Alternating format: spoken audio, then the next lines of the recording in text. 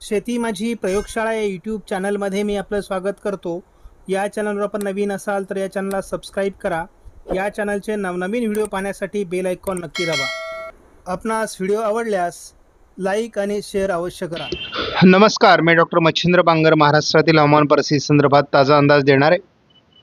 आपण समोरील उपग्रह छायाचित्रामध्ये बघतो की उत्तर भारतात WD आहे, दक्षिण भारतामध्ये कमी दाबात सानुकूल वातावरण तयार झालं आहे.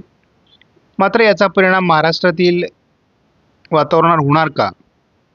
कारण 1, 2, 3, 4, 5 या तारखांना यापूर्वी अनेक मॉडेलने पाऊस दाखवलेला होता आणि त्या वातावरणात नेमकी काय बदल झाला आहे यासाठी हा व्हिडिओ महत्त्वाचा आहे. महाराष्ट्रामध्ये आपण बघतो यवतमाळमध्ये थोडी ढगाळ परिस्थितीचा अपवाद वगळता कुठेही फारसे ढगाळ परिस्थिती नाही आणि कुठेही ते पावसास अनुकूल देखील नाही. अतिशय विरळ अशी प्रकारची ढगाळ परिस्थिती, हलकं पावसाळी वातावरण हे केरळ, कर्नाटक, तामिळनाडूच्या काही भागामध्ये आहे.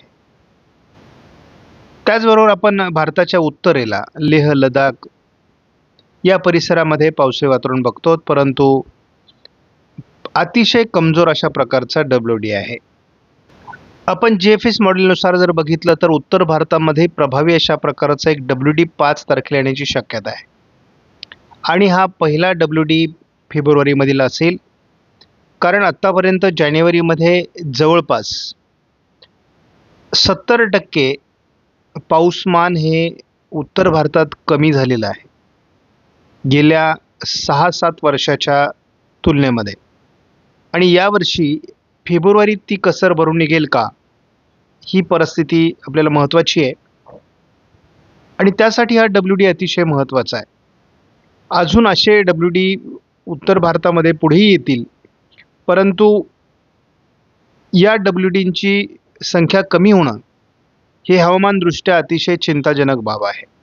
आपण 4 तारखेचं GFS मॉडेलचं उपग्रही छायाचित्र जर बघितलं तर स्पष्टपणे उत्तर भारतातील WDसाठी अतिशय अनुकूल वातावरण तयार होईल असाच प्राथमिक अंदाज आहे.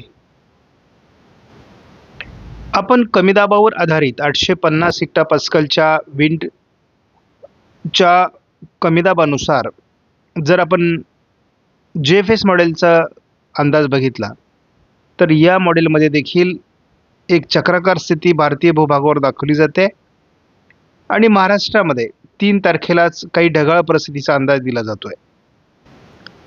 थोडं वातावरण या चक्राकार स्थितीमुळे महाराष्ट्रात बदलू शकतं 4 तारखेला, असाही अंदाज थोडा दिला जातोय, कारण एकाच वेळेस राजस्थान, गुजरातच्या दरम्यान एक WD सक्रिय होणार आहे आणि त्याचा परिणाम संपूर्ण भारताच्या हवामानावर होण्याची शक्यता आहे. साधारणपणे हे वातावरण 5 फेब्रुवारीपर्यंत राहू शकतं असा प्राथमिक अंदाज आहे. 6 तारखेला हे वातावरण कमजोर होईल.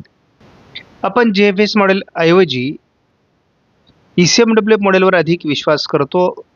सध्या केरळ, तामिळनाडूमध्ये पावसास अनुकूल स्थिती निर्माण झाली आहे. पूर्वेकडील राज्यांमध्ये WD सक्रिय आहे, उत्तर भारतातही WD सक्रिय आहे, परंतु अतिशय कमजोर स्थितीमध्ये आहे. साधारण आपण 1-2 तारखेला वातावरणीय बदल बघतो. दक्षिण भारतात कमी दाब आहे, उत्तर भारतात WD आहे, पूर्व भारतातही हलका WD आहे, परंतु मध्य भारतावर त्याचा परिणाम दाखवलेला नाही. 2 तारखेला यापूर्वी जे वातावरण दाखवलं जात होतं महाराष्ट्रामध्ये ते काही अद्यापही दाखवलं जात नाही. 3 तारखेला देखील विशेष वातावरण भारतामध्ये ECMWF मॉडेलने दाखवलेलं नाही. 4 तारखेला सर्वच मॉडेल उत्तर भारतात प्रभावी WD निर्माण होण्याचा अंदाज देत आहेत. त्याचा परिणाम अगदी दिल्ली, पंजाब, हरियाणा, राजस्थानचा पूर्व भाग, लेह, लडाख, उत्तराखंडमध्ये याचा परिणाम होण्याची शक्यता आहे आणि पहिल्यांदा या ठिकाणी बर्फवृष्टी होण्याची शक्यता आहे.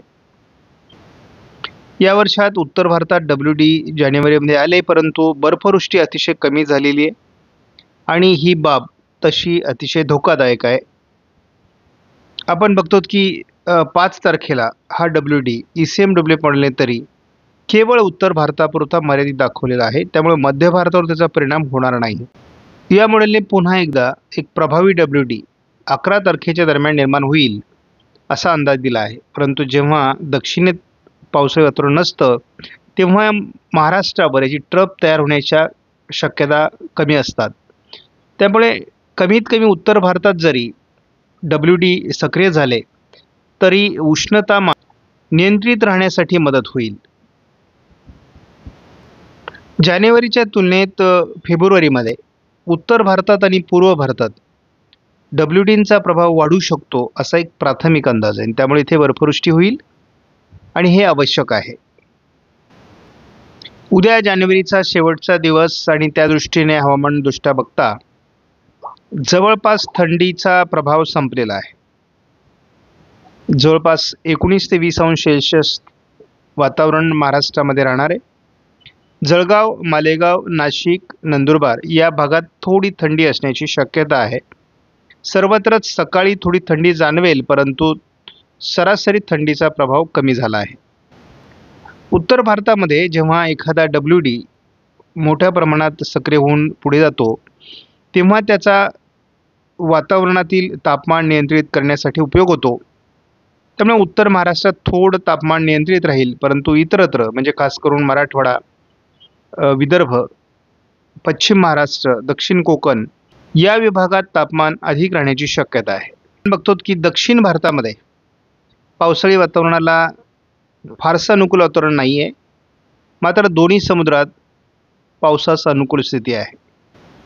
दरम्यानच्या काळात उत्तर भारतात WD सक्रिय होतील अशी अपेक्षा आहे. ला निना स्थिती असून देखील या ला निनाचं कनेक्शन हे WDशी जोडलं गेलं नाही. जानेवारीमध्ये अपेक्षित पाऊस झालेला नाही. त्यामुळे ला निना असल्यामुळे खूप बर्फवृष्टी होईल, खूप पाऊस उत्तर भारतात पडेल, थंडीचा कडाका अधिक असेल हे अंदाज फेल गेलेले आहेत. या मॉडेलच्या वतीने आपण धावता अंदाज महाराष्ट्रासाठी घेत असतो.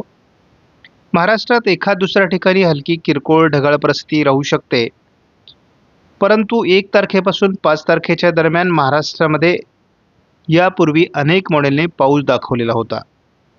परंतु आता ताज्या अंदाजानुसार हा पाऊस होण्याची शक्यता नाही. कारण यापूर्वींच्या व्हिडिओमध्ये गारपीट होईल, वादळी परिस्थिती निर्माण होईल अशा प्रकारचे अनेक व्हिडिओ प्रसिद्ध झालेले आहेत आणि त्यामुळे शेतकऱ्यांमध्ये संभ्रम निर्माण झालेला आहे.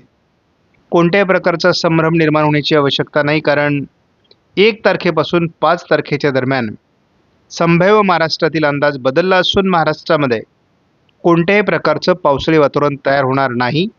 त्यामुळे शेतकऱ्याने बिनधास्तपणे आपल्या शेतीची कामं करावीत. कुठेही पावसाची नोंद महाराष्ट्रामध्ये दरम्यानच्या काळात होणार नाही. आपणास व्हिडिओमधील माहिती महत्त्वपूर्ण वाटल्यास लाईक करा, शेअर करा, चॅनलला सबस्क्राईब करा. धन्यवाद. जय हिंद, जय महाराष्ट्र, जय बळीराजा.